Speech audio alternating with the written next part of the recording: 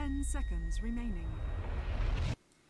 And we're back for game number 2 in this best of 3 showdown. We're in the thick of it now, folks. This is your Dota 2 Asia Championship 2015 European Qualifier coverage brought to you by Beyond the Summit.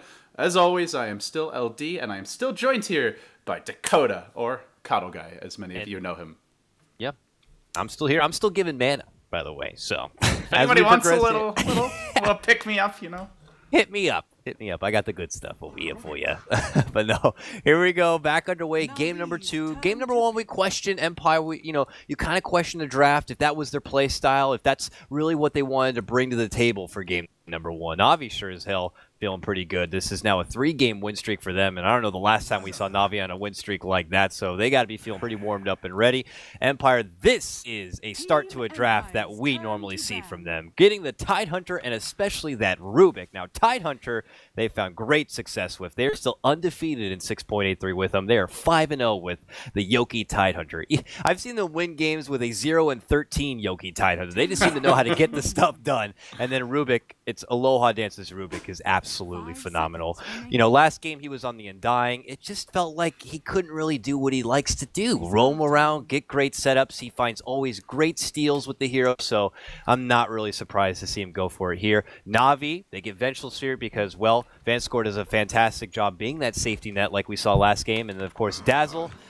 Dazzle seems to be everyone else's Omni Knight, whereas something like the North American region, they go for Omni Knight. For everyone else, it's more about the Dazzle for those kind of sustainabilities. And I was going to say that maybe they consider following this through with something like a Lycan, but they already banned it about. But overall, great start from both teams. I'm really curious to see what we're going to see as far as where they take it from here. It's funny to note, Havost, in between games, did put up a tweet. And something, of course, I don't know what the hell he's saying, but he was toying with something about Queen of Pain. I would love to see a Dendi Queen of Pain. I hope that's the case. Oh, I just opened it. It's got some weird, what is music that? as well. Yeah, it's like a dancing Queen of Pain with some crazy music. I hope that I'll means put it on during the break after this game, whether they win or lose. But yeah, I like this draft. Just suits Empire better. I like it a lot more. The Tide Rubik. Now, experimenting is fine, but this is not the tournament to mess around in. This is a mini international, likely to be several $1 million in prize pool. Already the prize pool has exceeded that of TI2. It's now well over $1.6 million and continuing to rise, so you want to get to the LAN event. Even if it's just as a wildcard team, even if you just go for the experience. And really, these players are competitors. They've been to TIs before. They're not going to be happy unless they get into the big event and place well, so they go back to the basics here for Empire, and I think it's the time to do it. Navi will remove a Naga, hero that has not been getting much play recently, Dakota, at least for us. We have cast a lot of CIS Dota over the past few days, and I don't think you and I have personally cast a single Naga game, but this hero is getting a lot of play right now in Asia, so something to, Sylar's been running occasionally, and I don't know, just, you ran it earlier today, just a go-to staple, we need a win, let's pick Naga kind of hero.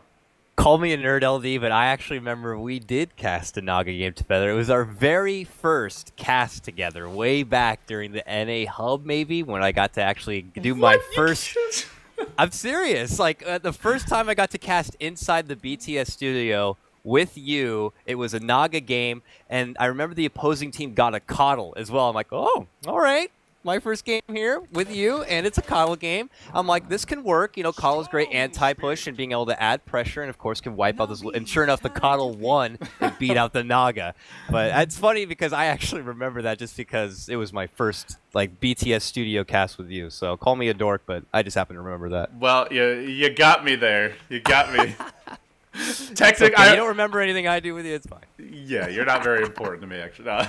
I was not dating back to the NA Hub, man. That's several versions back in a galaxy far, far away. But in this galaxy, it's the Empire Storm Spirit coming out now. So oftentimes a staple pick for Resolution. There was a period where they were running Storm almost every game. Storm, Doom. This was back in February of this year when EG was still the Sad Boys and kind of staking their claim. Empire and EG were the two teams that I expected to really impress leading into TI. They did, but then Empire fell off pretty hard heading into the main event. So they go for the Storm now. We'll see if they want to combo it with that Doom pick. They already have their offlaner, so if they ran the Doom, it would be for Silent. But yeah, they used to like to run the Storm Doom silencer. You just global, and you're guaranteed to get 2-3 kills during the global once you get late enough in the game. Yeah, Storm Spirit seems to be right back in the mix. This is across at least all of the regions as far as I've seen. Like back to like Sumail made one of his first signature performances was on a Storm Spirit, being very flashy with that. After that, I saw PyCat when his first game back with Alliance, after he did have to step out for the first two, had a fantastic Storm Spirit game. And now Storm Spirit going to be picked up here. Resolution, we know he has a great Storm Spirit. So, and Storm Spirit overall is just such a crowd pleaser. He's so fun to watch, so I'm looking forward to that. Na'Vi now pick up Invoker, I imagine, for Dendi, of course. They have great success with Invoker in 6.3. You know, it's a simple 2-0, but hey, you know, if they got a good thing going, why not? And another crowd pleaser in his own right. So maybe feeling confident with the Invoker Storm Spirit matchup in mid lane, I suppose, but overall, solid grab. Looking forward to it. Yeah, Storm Spirit sitting on a not-so-pretty 38% win rate in this patch, but I think he's one of those heroes where the stats can be a bit misleading because, first of all, exceptional Storm Spirit players, it's a very high skill cap hero, so they can get a lot more mileage out of him. And the other thing is, you have to be able to play around the hero really well and draft in such a way that he'll shine. And looking at the draft right now for Na'Vi, how well do they deal with Storm? They have defensive swap and Grave, which are pretty good when he jumps someone, but he's probably going to be going for the Dazzle most of the time. You don't go for the Dazzle, you just Grave Server, you jump, and it gets hard from there. Cold Snap can be a little frustrating to leap into. At some point he gets a BKB, and Na'Vi have no answers for that right now. So I think it could be a really good Storm game. They don't have like that global silence or Skyrat silence, which we saw yesterday, Skyrat shutting down a Storm. Nothing quite that good against him in the early game, and later on, the main tool for dealing with him would be an Invoker Hex. But that's a big item to farm, and presumably if you're Storm by that point, you're looking to have your BKB ready. So I like the Storm pick this game. Yeah, and we'll see. They now move forward. They get the PA there for Silent to round out their late game, so all they need left is support to just kind of solidify their start. And I know it's not their next pick, but I wouldn't mind seeing an Ogre to kind of round out Empire's draft as a secondary support. They need someone to be able to bodyguard the ruins, plus his Bloodlust certainly helps out someone like PA, so that would be a good grab for them to consider, or at least a good ban that Na'Vi should consider. So back to Na'Vi's way, though. We got a good couple of supports, and of course the potential Dendi hero. We need to get Funnick and Havos underway here. For off-lane position with Tidehunter already grabbed, it's been quite a long time since I've seen that Batrider Funnick. Why don't we get to see Batrider much anymore, LD? I feel like he was such a great hero for so long with great lockdown capabilities. I wouldn't mind seeing him again. Why haven't we seen him, LD? I don't know. He's doing really well in the patch. He's got a 61% win rate, 35 and 22. The hero still feels really strong. You know who was running him a lot was IX Mike. He's running a lot for Fire in the NA qualifier. We saw the Bone 7 bad, but yeah, in the Europe matches, he just has not been a go-to pick. It's actually Na'Vi who will grab the Doom, and this I like a lot. I was talking about not having the best solutions for Storm. Now they have the best solution, along with maybe Global Silence, but of course BKB can somewhat address that. Doom also good versus Tide. The main thing with the Doom is always, like, will they be able to punish the fact that you have a Doom early? Like, can they push his lane really hard? Can they force him to come to big 5v5 fights where Doom isn't nearly as threatening as it will be later on in the game when he's more farm? I don't think Empire's particularly adept at that, so I think this Doom will have some time to come online, and it could be a very good pick. Look who they banned at the end. Just want to give myself props. They did notice that Ogre would have been a good pickup. They get rid of that one, but oh my goodness. We actually do get to see an Omni Knight picked up outside of the North American realm, at least in recent times that I've gotten to witness. He's always first pin, first bag, whether it's any, it was the Summit Quals, if it was the DAC, if it was NEL. They just, I don't know why, but we get to see Empire now take control of it. So it definitely works for them. Plus, it gets to be that free BKB early on for PA. So it certainly is going to be good in this kind of a lineup. And I can't help but feel like Empire should have expected that Doom would have been something that Na'Vi could have gone for. They banned out Funnick's Faceless Void, which after seeing how well he did with it last game, I'm not really surprised, but I can't help but feel like since they picked Storm third and the offlane was still an option for Na'Vi, that Doom could have been something that was grabbed. The Mag ban is a bit curious because you have Rubik, and Rubik is awesome against Mag. Not to mention, they had counter-initiate from Tidehunter, so I think the Void ban is warranted, but I would agree. I'm not sure about the Mag ban from Empire. Either way, too late now, as Na'Vi select their final hero. It's the Havost Slardar. So a lot of minus armor now. You've got Amp Damage, Wave of Terror, Dazzle Ulti, Forge Spirits. who needs actual hard carry agility right click when you've got this minus armor strat? It's ridiculous. Anyone who gets caught is just going to get destroyed, except maybe PA if she's lucky with evasion. But you've got the Ag's Doom and a Hexon Invoker later on to deal with that, so oh boy. You don't even really have anyone that can add armor. None of these heroes really go for like an AC or anything like that, so they're going to be made of paper if they're not careful. That's very, very scary. And Storm jumps in, he gets stunned once, he will die with the amp on him in like 2 or 3 auto attacks. That's just how squishy he'll be. That's good news is they have Repel, and Na'Vi don't have a direct purge for it, but they have Doom. So even then, it's not a get out of jail free card. We'll see how well this Storm Omni Knight combo works. On paper, it's very strong for initiating. And with that said, Dakota, we get underway. It's game number 2 of this best of 3. Empire on the dire side, trailing to most people the favorites. They had the 70% advantage on Dota 2 Lounge in terms of bets. As well, they should have. I think that was a fair margin based on past recent matchups, but well, they're the ones trailing, and they'll have to bounce back. Always want to fly on his go-to Rubik for a big potential elimination match. Wouldn't have him on anything else. Resolution, the Phantom Assassin with the early Poor Man Shield picked up. Silent, handling your Storm. Aloha Dance will be on the Omni Knight, and that leaves Yoki playing the Tidehunter. So this time around, they don't throw Aloha Dance onto the Rubik. They'll give it to Always Want to Fly, but both of them play a really mean Rubik. And on Radiant, none other than one of the most famous names in Dota, whether doing good or bad, it's going to be Na'Vi. Funnick going to be playing your offlane Doom here. He could end up crossing paths here with Silent. Just going to do a bit of flirting as they know they want to dominate this top rune for Resolution. It's important that he's opting to go for the... Oh, here we go. Walk-in stun from Havos.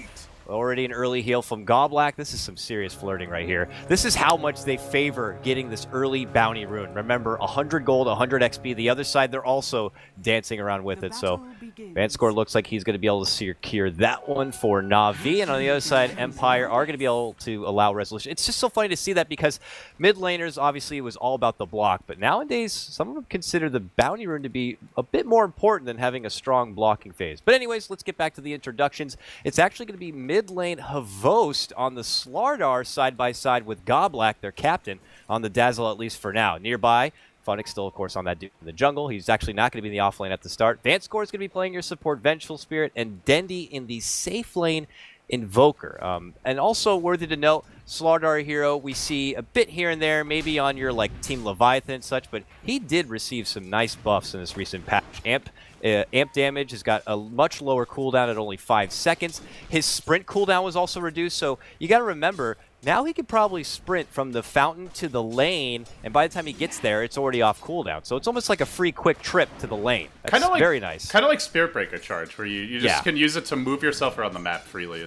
That's a good point. And well, for Na'Vi, my big question was, will Dendi go Qualifier or Exhort this game? He does go for the early point Exhort, so probable Midas at some stage coming out for him, and they'll play him more as a true carry this time around. EMP Tornado would be really good this game. Obviously, the Tornado EMP combo won't help you too much against the Repel, but you can only repel one hero. A lot of heroes with fairly low mana pools. EMP owns Storm if you ever manage to get it on him. You can try and dodge it. But I wouldn't have minded the Quaswix build either. They already have a lot of... Top lane, they're making it go into Goblak with Telekinesis, and the burst coming through, they get it done. It's Silent on that Storm Spirit, who is going to strike first for Empire. So nicely done up there, taking advantage of Goblak, who's just out a little too far. Maybe Na'Vi feeling like they have to have someone to occupy the off lane, but if it's going to be a Dazzle, you're not going to have a good time. So good work right there from Empire to capitalize on that one. Yeah, good news for Na'Vi here in the safe lane is they're running the 2 ranged heroes, so Tidehunter just getting constantly bullied, already chewing through all his tangos.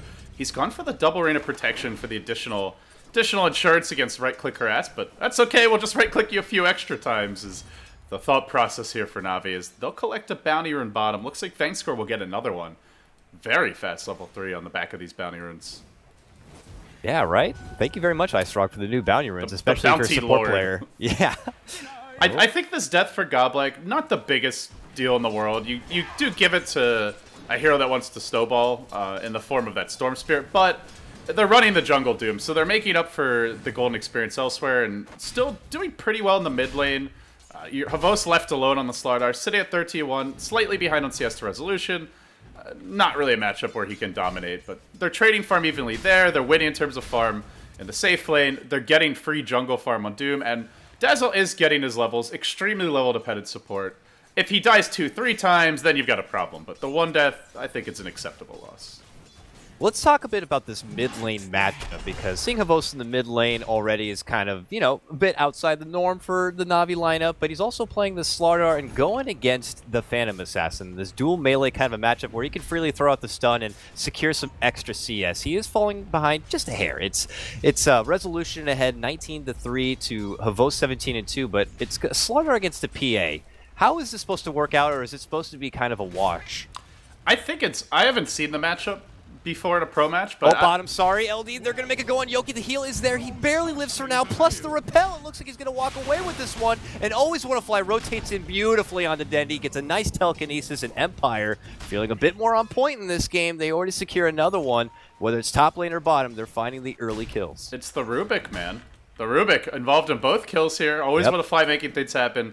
This is why Empire valued the hero, and I like the fact they've gone back to it. But having not seen the matchup too much, generally PA, you can't stop the hero from farming because of the dagger, even if you have a vastly superior lane. Still get some CS. Again onto Dendi.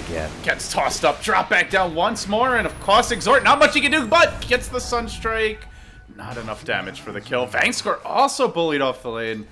This Rubik pick making things happen around the map. 3 kills set up. I Always Wanna Fly.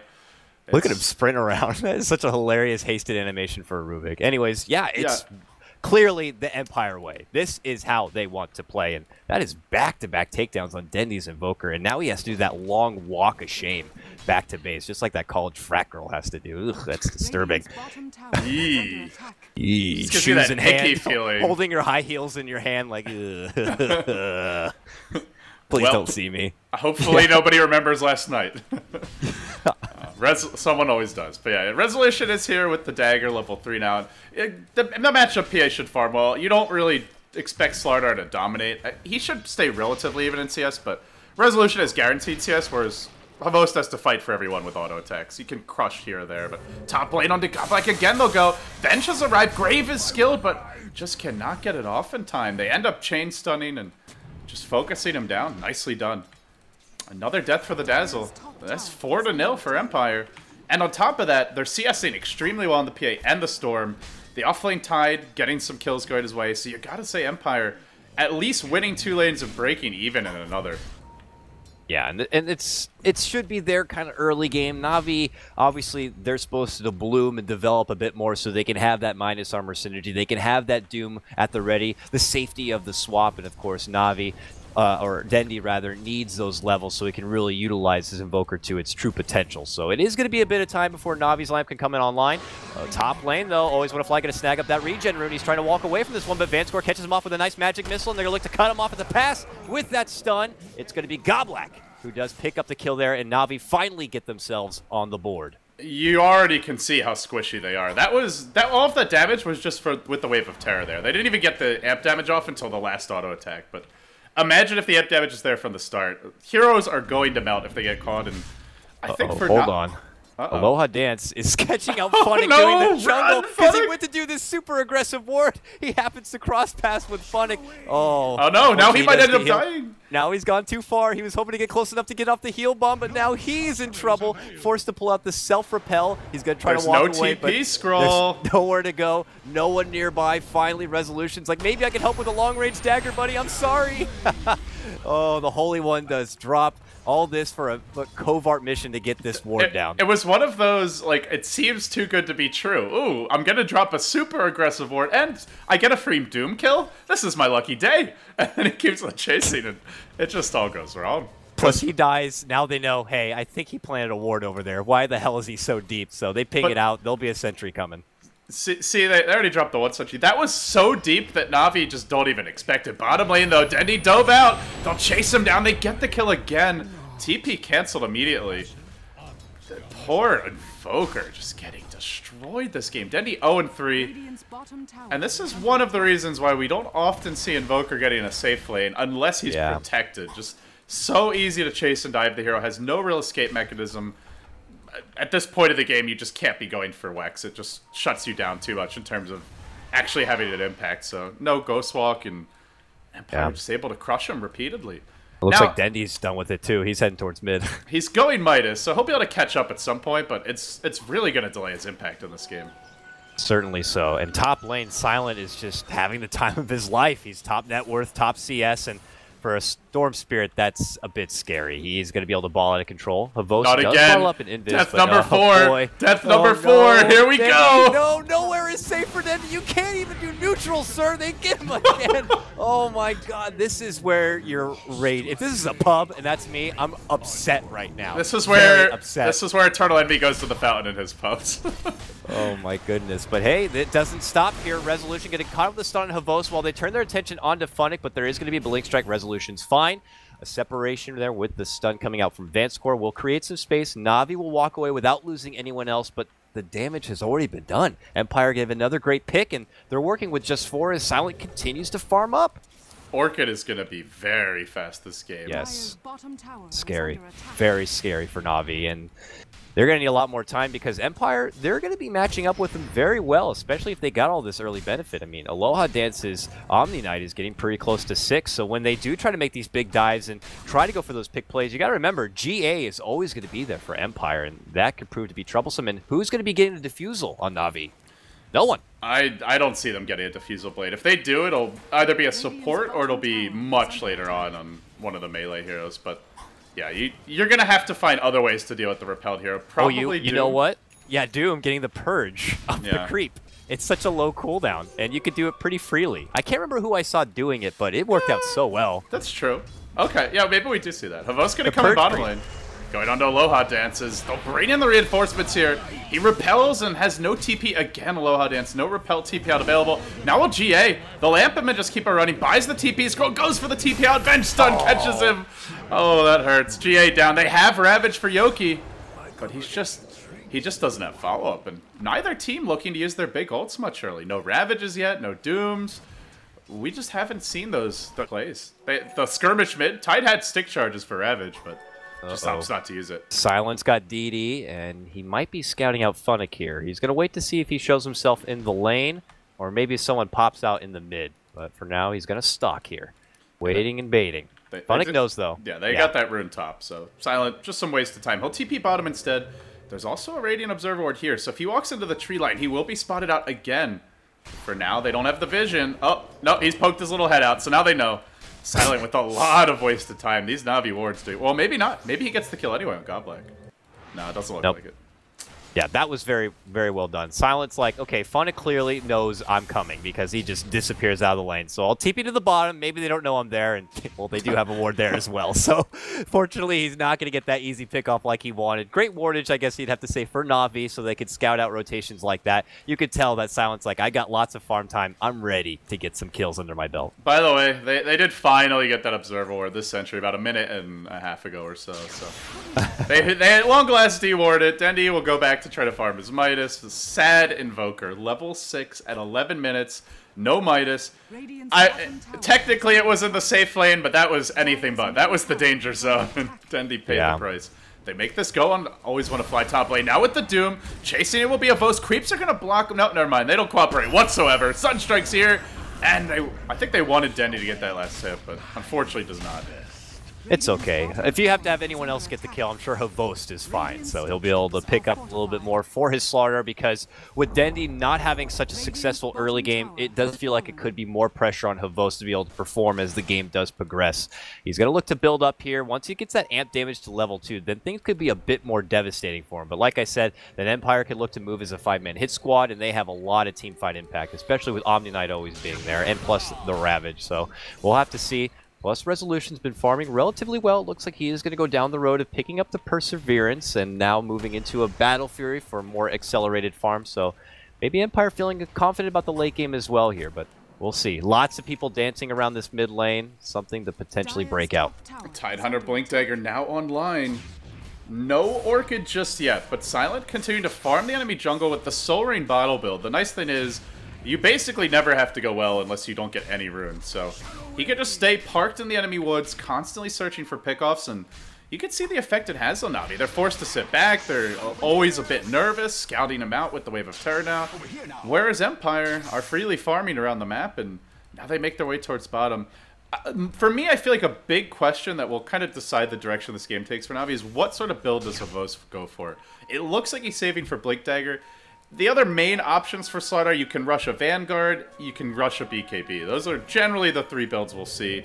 Sometimes an armlet, maybe. Yeah, depending. It's a tough game to play without a BKB. So he definitely needs one, but there's you get the Vanguard or BKB. You're looking to take a lot of just larger scale skirmishes, team fights. You want to be in the front lines. You get the Blink Dagger. You want to find pickoffs with Sunstrike. So I think that'll be the plan here for Navi. They have the Doom as well, and Midas is now complete on Funix. So with the double Midas Invoker Doom, Navi may feel confident in their own late game, but if it goes late, I don't know who has the edge, honestly. Empire very strong there with double Ravage, Repel, the Omni Knight ultimate. You can't purge everyone, even if you do have a purge or two, and Rubik to potentially steal Doom, Venge Swap, all sorts of big spells.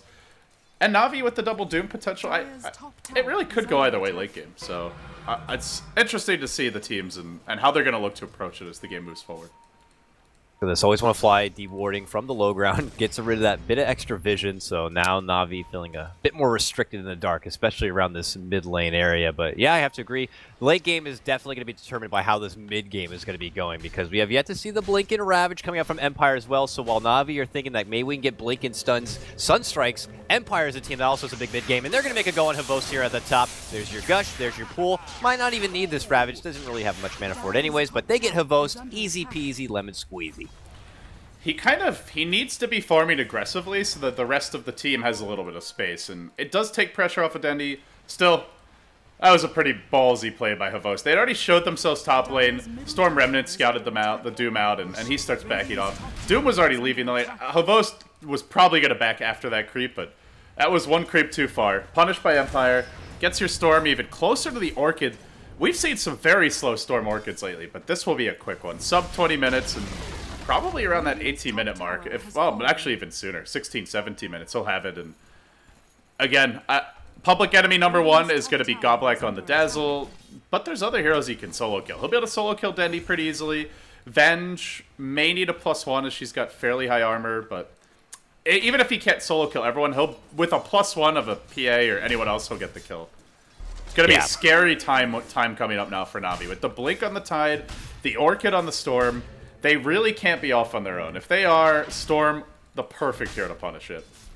Yeah, and you could tell Navi are going to be playing very defensive, not just by, how it just is laid out, but just by their body language. I was going to say they always have someone now probably by the side of Havos, but he's still up here in the top lane, still on his own. They have the Dazzle and Vengeful Spirit. Both can be pretty defensive as far as supports. They're both kind of working side by side to find their own bits of farm to catch up, but they're going to need them to always be there and at the ready in case those jumps do come in, especially from someone like a Storm Spirit. The jumps are just inevitable, so Funnick also looking to find his farm. Would love to be able to level up this Doom a bit further, catching up with that Midas. Same with Dendy, trying to really buckle down and prepare for a late game because the early game was rough. Mid game might not go much better. And here's Aloha Dance. He's got the haste rune.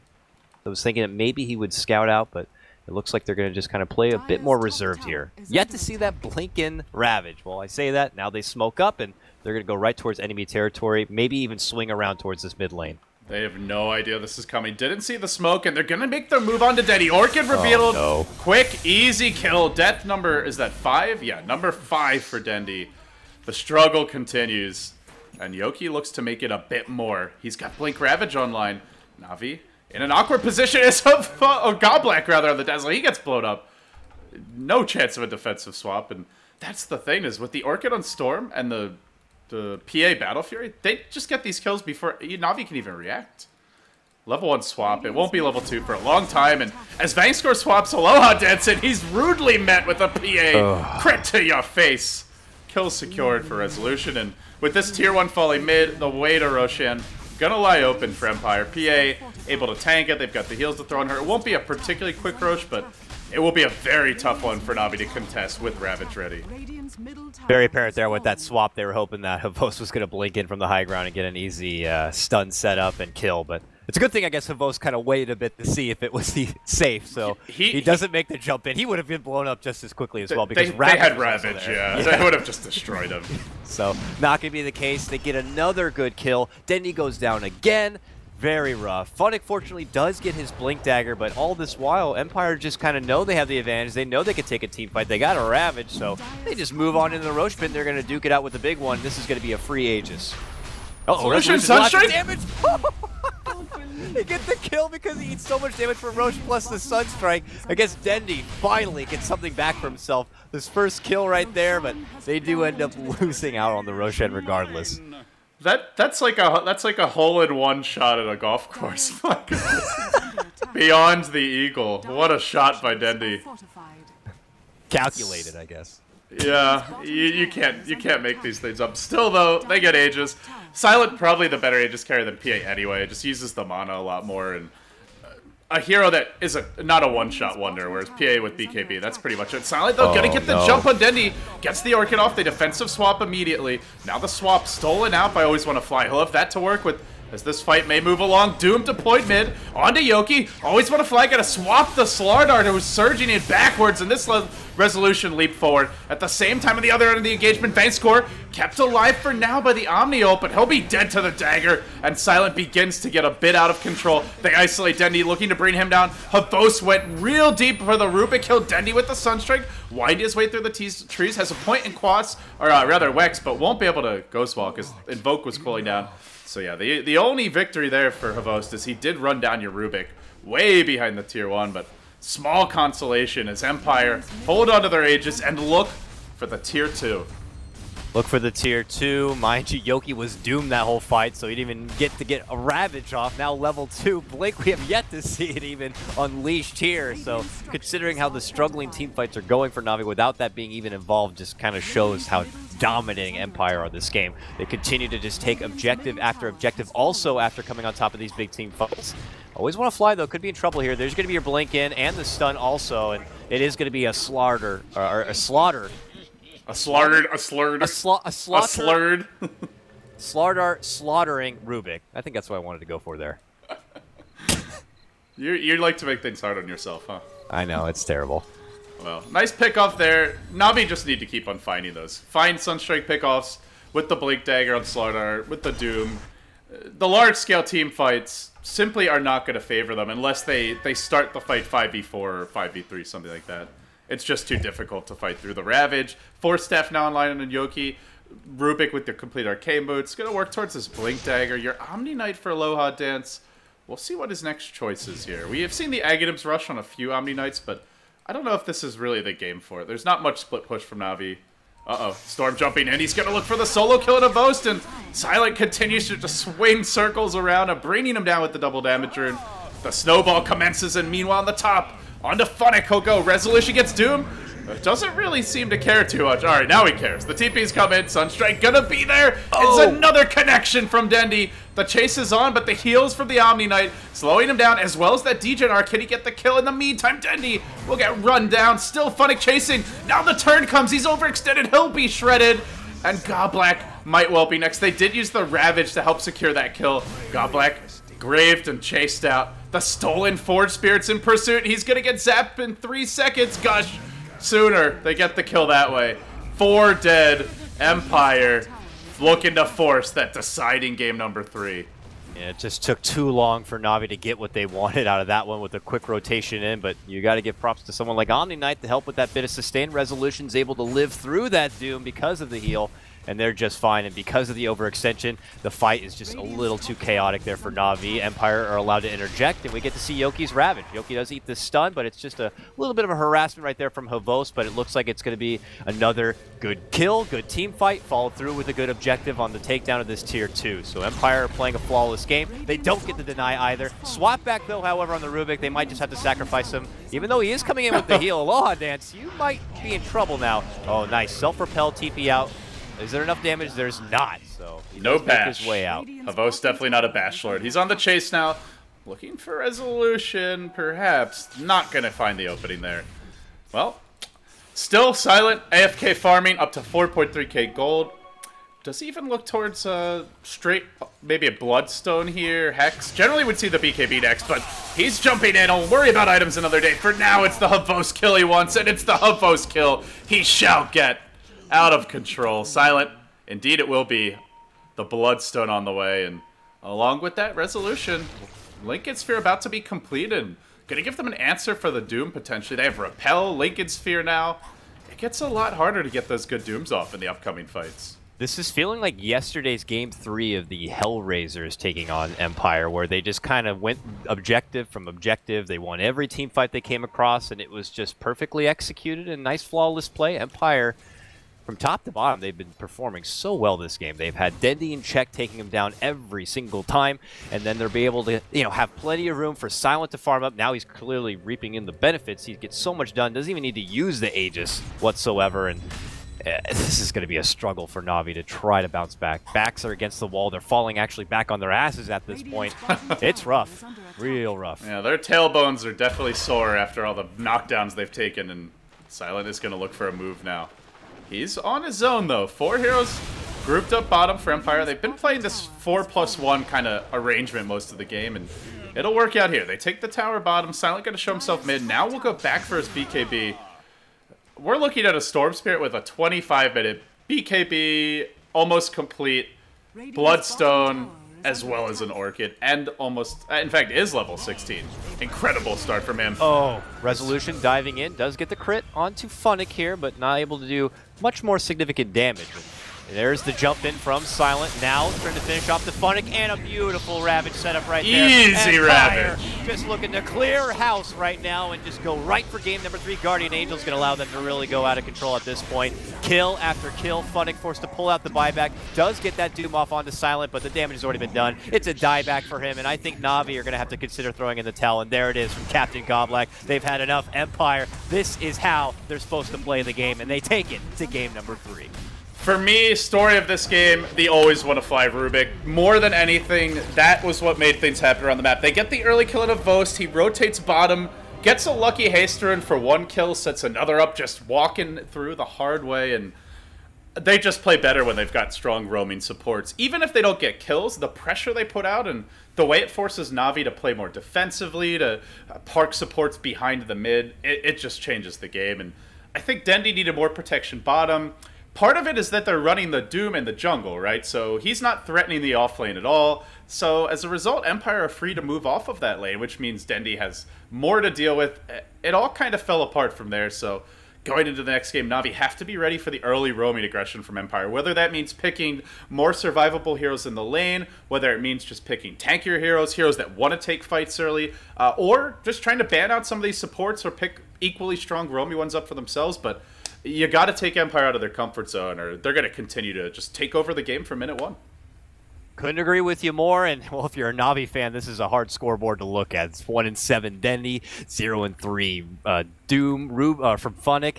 It's hard stuff right now, and if you're Empire, you're happy that they're going to be taking it to a game number 3, which, folks, is going to be coming up next. Beyond the Summit is bringing you the English coverage, of course. I myself am KOTLguy. Catch me on my Twitter at KOTLguy, and of course the illustrious LD, graciously by my side, even though he can't remember the games we cast together. I still love the guy. Catch him over at LD Dota. Damn, we'll be back. dude. Sorry, man. We'll be back in a hot second with game number 3. Please make sure you stick around. It's going to be action-packed.